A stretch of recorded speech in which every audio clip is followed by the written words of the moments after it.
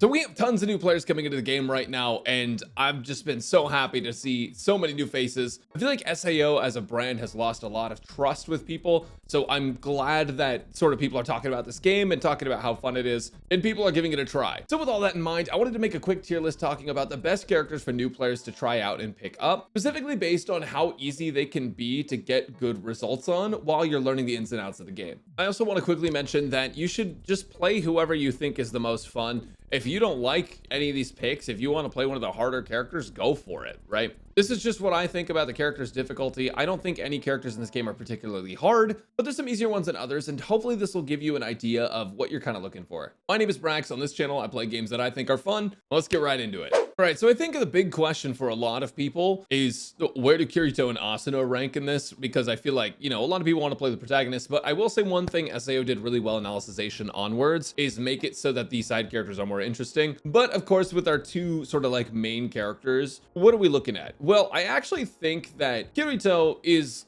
in a really good spot. He's the first character you pick up in this game because he's in the story. He's literally the first character you play. And what I like about him is he has a lot of attacks that hit fairly hard. They're really intuitive, but I also like that he has a gap closer with his skill. Using his charged heavy will basically send you flying forward at an enemy that you're locked onto, or just flying forward in general. And I think that's really beneficial in this game, especially for if you defeat an enemy and the next enemy is like super far away, being able to just lunge at them right away is super nice. And it's always nice to be able to close that distance. So I definitely think he's fun, simple, and rewarding. Obviously, there are things to learn about this character, about Kirito, when it comes to actually playing him, but I think he's really good value, especially for newer players. It can be hard to go wrong. But Asuna, I actually feel differently about, and the reason is because I've been playing Asuna for a while.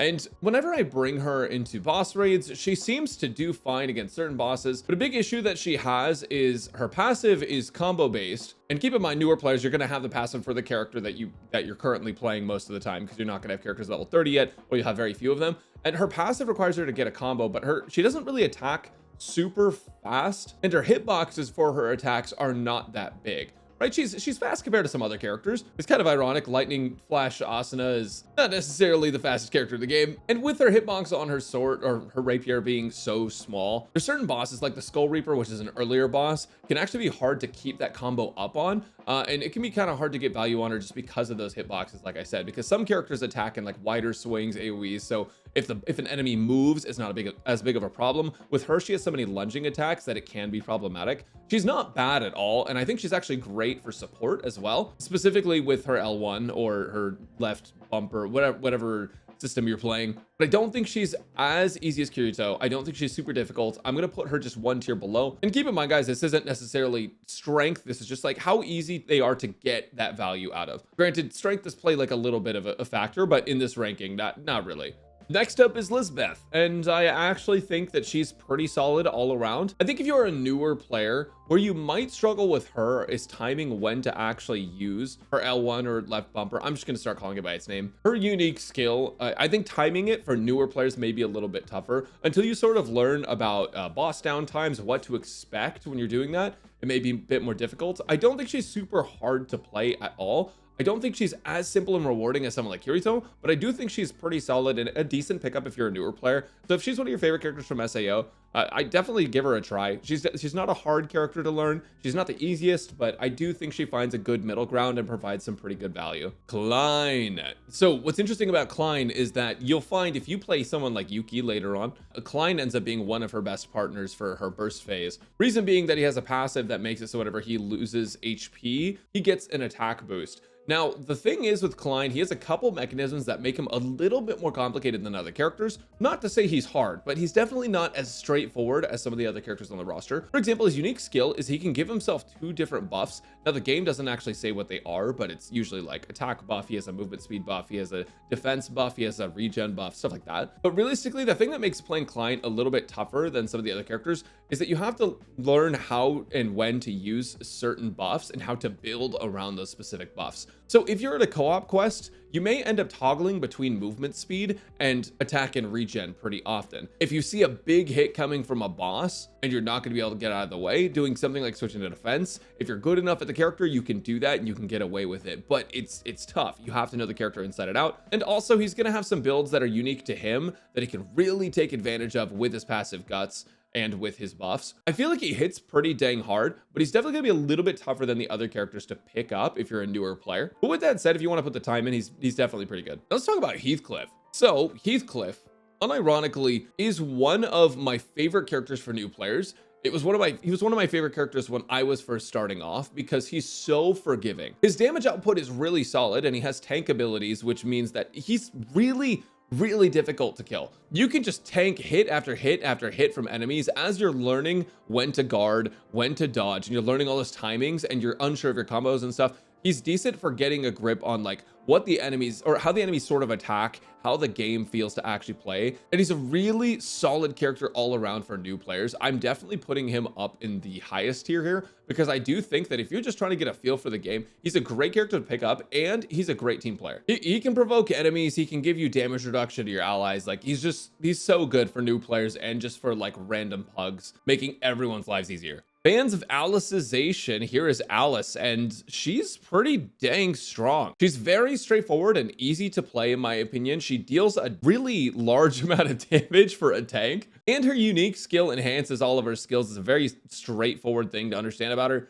I would definitely say she's like the DPS of the tanks, and she does it so well. I really like Alice a lot. She's very forgiving to new players. The only downside to Alice is that her passive, in my opinion, is honestly just not that good. It's about an 8% chance, if I'm remembering correctly. It might be 5% to just not take damage on a hit, which if you can do math, it's like, what, 1 in 10 hits might not hit you, and that's not even statistically always gonna happen. If it's 5%, it's 1 in 20s. It's just, you definitely want to replace that passive as soon as possible. So funny enough, play Alice because she's fun, but you are gonna want to pick up some different passives for her probably. But yeah, very fun, simple, and rewarding. Gives you a lot of damage. She's a fun character. Argo. So dude, I really wish Argo had a bigger part in the series outside of like progressive and stuff. She was definitely in like, you know, original SAO stuff, but I wish she'd played a bigger part. She's such a cool character. Really what I like about Argo is that her damage is just so dang high. It's not hard to achieve high damage with Argo. However, there is one thing you want to keep in mind if you're optimizing her, which is that you want to hit enemies from behind, which if you don't know enemy attack patterns and stuff, it could get difficult for you to constantly stay behind enemies, but she's very fun to use. She has an ability that feels like you're playing a Sonic game, and I really like that about her. It's just for newer players, it may be a little bit tougher to recognize like boss attack patterns and get behind the boss and figure out where those behind hitboxes actually are. And her weapons are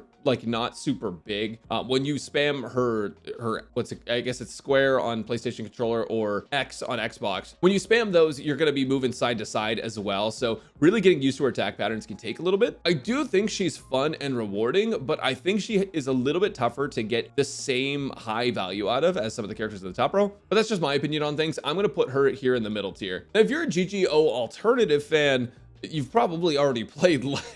I think she's really good. Okay, you know what's really straightforward about Len is that she has a gun. You can hit high combos with it, especially if you use her skills in between. It does decent damage, and her ultimate just makes her go sicko mode. Enhanced fire rate, movement speed, and reload speed. I honestly think Len is super fun, simple, and rewarding. I think some people may disagree with that, but if you're playing mouse and keyboard specifically, it's really nice. I think on controller, she might be a little bit tougher to pick up, but if you're sitting at a PC, or if you're just good at like shooters and stuff, or like, I don't know, maybe you're a pro Fortnite player, right? Like, I do think she goes up in here in this tier. Anyways, very simple character to pick up, and once you learn how to use her skill, you can easily win the highest combo achievement. You can easily win the highest combo challenge. Okay, dude. So AG, or Nautilus, if you know him as that, AG is so sick. I think this was one of my favorite characters that I played, and I was so surprised because I honestly did not care about him at all when I was playing through the story. I was like, I just want to play Asuna, and he was in like most of the Asuna parties, and I was just so stoked to be playing other characters. And then I switched to him, and I was like, oh, he kind of feels pretty good. Like he's kind of a sick character. Well, the nice thing about him is that he's very fast. Which is why I kind of laughed a little bit at the Lightning Flash Asuna, because Eiji feels so much more fluid and faster and can hit the boss more frequently. Eiji's advantage is that his hitboxes when he's attacking are much bigger, so it's harder to actually miss enemies, and he's very fast, very agile, very mobile. He doesn't have any like crazy gimmicks, he just kind of puts in work. And what's cool about him is that his unique skill, it's like the thing on the back of his neck from Ordinal Scale. It just makes him like faster, and it gives him auto dodge, which is like, okay, you no longer have to think, you no longer have to put the work in. I think AG is one of the easiest characters for new players to pick up and get good value out of. You can win the combo challenge, you can win the damage challenge, and you're probably not going to be dying as frequently because he's just so agile and because he has a unique passive. So I really like AG. I think that you should absolutely try him out if you're new. And even if you're not new, give him a try if you haven't played him yet. Dude, Yuki is okay. Yuki's insane, but there's a caveat to that. First off, Yuki is a crazy powerful character if you understand how buff windows and boss downtime really work and how to balance her passive, which means that she's not like a free character for value. And on top of that, her unique skill drains her HP. If you watched the show, I think her passive is honestly kind of offensive. That was hilarious. I can't believe they made her passive that after the TV show. Anyways, basically she drains HP over time in exchange for an attack buff with her passive. Now during that time, she is taking 0 damage from any external sources, which is really nice because it means you can kind of be greedy, but it also means her life is in danger right after it expires. So you got to be really careful with her. She ends up being, in my opinion, honestly, one of the strongest characters in the game, especially because she can fly. But the downside is that you have to have her passives and you have to understand how she works. You can't be greedy. And honestly, I do think new players are going to make some mistakes. I think that if you're a new player and you're honestly not using your unique skill that much just because like you're not thinking about it, that's kind of what happened to me at the beginning of the game. I wasn't really thinking about the unique skills. I didn't use it that much. And so I was honestly just like smacking the boss, doing okay damage, even though I didn't have that skill active. Like that makes her okay for newer players, but she's definitely not going to be up at the top. I'll put her in the middle. I think she has a lot of things going for her, but she'll definitely take a lot more to master.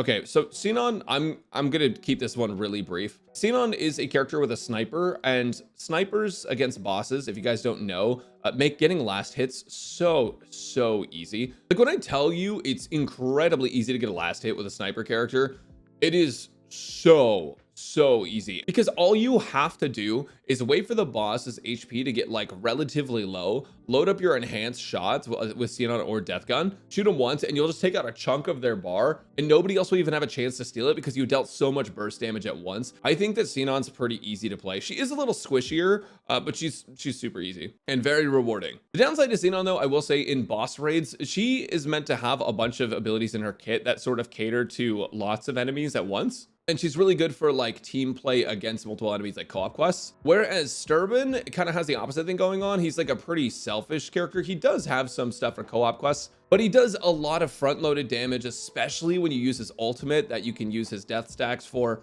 And if you have all 3 of them, he just nukes the boss. This guy is the reason I actually like Death Gun a lot is because I think he's easy to play because he's a sniper. You can hit the boss from really long range. You don't really have to be engaged in the fight. You can steal last hits. And if you forget to use your skills, it's not that big of a deal on him, especially when you're newer to the game. Because even though they can be a chunk of his damage, you get so much value from just sitting outside of the fight, not taking damage, and then just left clicking the boss's face, right?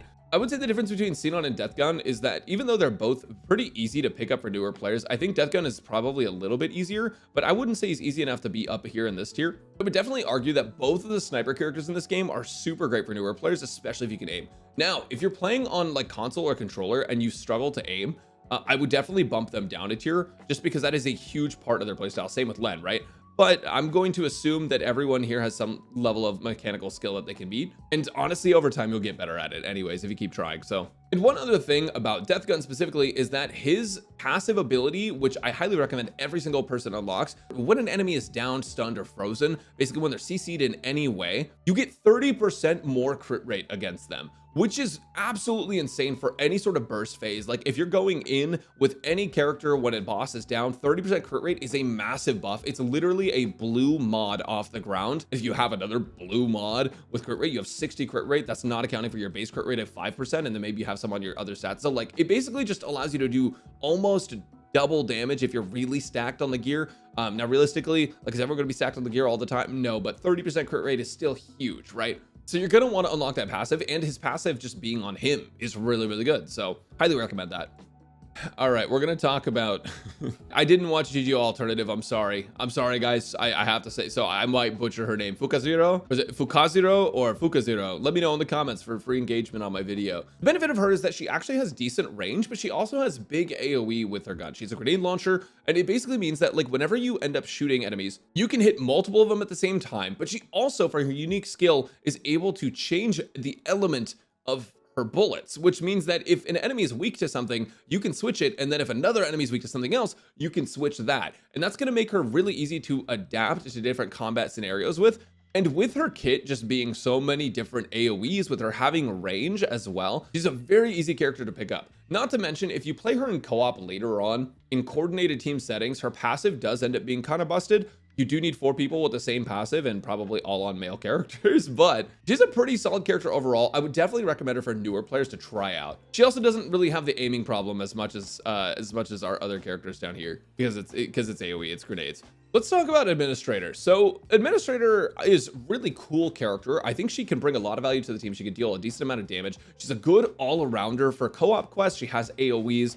She has her single target, just like melee combos and stuff like that. And she has some ranged abilities. My beef with Administrator comes with how squishy she is as a character. It is very easy to die on Administrator. If you're good at the game, it's a lot more difficult, right? But if you're a newer player to the game, she is very, very squishy. So while I think she can bring you quite a bit of value, unlocking her passive, I don't think is actually the most important thing, because her passive is a lot of RNG and the value it brings isn't that crazy unless you get super lucky. She can do some damage if you know what you're doing. I think for most people, they may struggle with this character up front, and maybe not, but based on what I know and what I've played of her, I do think some people could struggle with her for sure. But a very strong character still. Yu-Gi-Oh! This is my goat right here. This is the man. All right, so Yu-Gi-Oh is a character that has a lot of crowd control. He's a mage, which means that he casts spells. He has a basic skill that just allows him to like shoot a ranged attack. So he does have a little bit of range. Now, honestly, I honestly think it's kind of bad. I don't think his ranged attack is very good, but like if you need it, it's there. What I'm more hyped about for Yu-Gi-Oh is that he is incredibly good for co-op quests. For boss raids, not as much, but he's still not bad during boss raids. It's just for co-op quests, he really shines because it'll allow you to CC enemies, like just freeze a ton of enemies. His ultimate's good for that. His passive's good for that. His skills are just all around very good for dealing with groups of enemies. He has a line AoE one, which is cool. So like if you line up a bunch of enemies in a row, then you just stab the ground and a bunch of ice comes out. I think he's a really forgiving character. He's great for new players, in my opinion, if you're doing co-op raids, or sorry, co-op quests. If you're doing boss raids, I think he goes down a tier or two. But I do think that he's very simple and rewarding for new players, and you should definitely give him a try. All right, honestly, I hate this dude. I think it's really funny that he runs like an idiot in game though. Oberon is unironically good for co-op quests though. Similar to Yu-Gi-Oh, he has a lot of AoE abilities as a mage, and he's honestly pretty good about them. I've seen Oberon snag MVP in co-op quests a lot of times. His damage output's actually pretty good, especially when you have like lots of monsters. When you get to the activate the tower portion of the co-op quests, he really shines there, and he can fly, which makes him pretty accessible. I don't think he's super easy to pick up though, just because aiming those AoEs can take a little bit to get used to, and figuring out when to use which abilities on him is a little bit more complicated because they have such high potential value based on the amount of enemies hit and based on the placement of them. I don't think he's super difficult. I think that he's a bit tougher to pick up than some of the top characters, but definitely not like super hard or anything. All right, Yui, let's talk about you. Okay, so I actually think Yui might be a sleeper busted character. I think a lot of people are sleeping on this character, but the reason is probably not what you think. I think that the reason Yui is so strong is because in coordinated team settings, she provides a ton of different buffs to your team. But if you don't know when to use those buffs, she is really not good. I think in coordinated team settings and raid settings, especially when like the newer raids come out, like the super high level ones that are coming with the DLCs and like future patches and stuff, I actually think the buffs that Yui provides are going to be ridiculously powerful. Being able to stop your teammates from getting hit by projectiles with one of your skills is crazy, because that means they can just wail on the boss. They don't have to worry about surprise attacks or getting knocked out of combos or anything like that. And especially if people are running like, let's say, Asana's passive or Kirito's passive that increases crit rate after combo or attack after combo, that's going to be super useful. She also has a heal, which is great, but the downside to her is that like most players, if you're going into this game like super single player, if you really like playing support, you should definitely give her a try. Like if that's always been your thing, if you're always a healer, you're always a supporter in every game you play, you'll probably like Yui. But I think she's a lot better in coordinated play and harder to play if you don't know your team, you don't know the boss fights. So I actually think she's in a good luck lull, because most people that play this character especially that are newer to the game, are really gonna have no idea how to play her. But hey, you can play whoever you want. That's what I think about her. Other people might not think so. All right, let's talk about Lifa. So Lifa's ability is that she can fly like really fast and a lot, which is great. Honestly, I don't have too much perceived value from that. What I do have perceived value in Leafa from is the attack bonus while you're jumping or flying. I think that's very valuable and it's a good thing to have. However, her being on the team doesn't grant that. That's just a passive that you would want to work towards. Now, one thing to keep in mind, if you guys aren't thinking about this, Leafa does have a heal and she does have some AoE abilities, but I don't think she's that easy to play because her kit is so sort of widespread. She does so many different things. She's really not min-max, guys. That's just not who she is, all right? She does so many different things that I do think she's a lot harder for a newer player to pick up and really get a ton of value out of compared to some of these other characters. So I'm going to put her down in here. Okay, so after playing this guy for a bit, I think he's a little slept on too for newer players. So the thing is, I didn't find that I was super happy with the damage output I was getting, and I don't like big, heavier weapons, so that wasn't really my thing. But one thing I did notice is that he is a super rewarding character for people that want to tank hits, and that makes sense. He's a tank, right? But if you're a newer player and you're struggling to learn like dodge timings and things like that, I think he is super forgiving. For example, he has a unique skill that gives him attack up and super armor, right? And that super armor basically means that you're going to be able to sit there and wail on enemies and not take a ton of damage. The downside to this, and what makes it a little dangerous, is if you're not paying attention to your HP, you can sort of fall off a little bit and just die. Honestly, if you're not paying attention to the HP, it is a little bit tougher to die with him because he's a tank, but you know, that comes with the gig. I don't think he's as easy to play as Heathcliff. I'm stuck between fun, simple, and rewarding, or tiny bit tougher to pick up. I'm gonna go tougher to pick up because his range is not as insane as someone like Alice when you use her unique skill, but I definitely don't think he's like super difficult to play at all. Dude, you know what surprised me? Silica is like actually so strong, and I don't understand why, but like the supports in this game are like actually cracked for damage too. Like even Yui like does a pretty decent chunk of damage, right? And her skills aren't even meant to really do a ton of that. She's meant to be like a helpful person for your team. Well, Silica's thing is that she mostly just heals, but her unique skill increases her attack and also her movement speed, which means that she's honestly like pretty flexible if you need to kill multiple enemies or if you just need to move to like reposition around the boss. She's pretty good for that. She also has wings, right? So because she has wings, like that automatically makes her a little bit easier to play, and her having a heal makes her pretty easy as well. The downside is that her range on her attacks is pretty small, which is why she kind of needs the movement speed almost. I think a good Silica player is insane. I do think she's not as easy as some of the top row, but I don't think she's too difficult either, so I'm just gonna put her in the middle. And lastly, we have Yuna. Now, dude, when I tell you this character is insane, and I want to make a tier list just ranking the character's strength levels, but when I tell you this character is insane, I mean new players, old players, and by old I mean like how long has this game been out? Not even that long, right? People that have been playing since the start that are sort of picking up on the game and understand it now, like Yuna is crazy good. When I tell you this character nukes, I've seen so many last hits from her because she just hits so damn hard.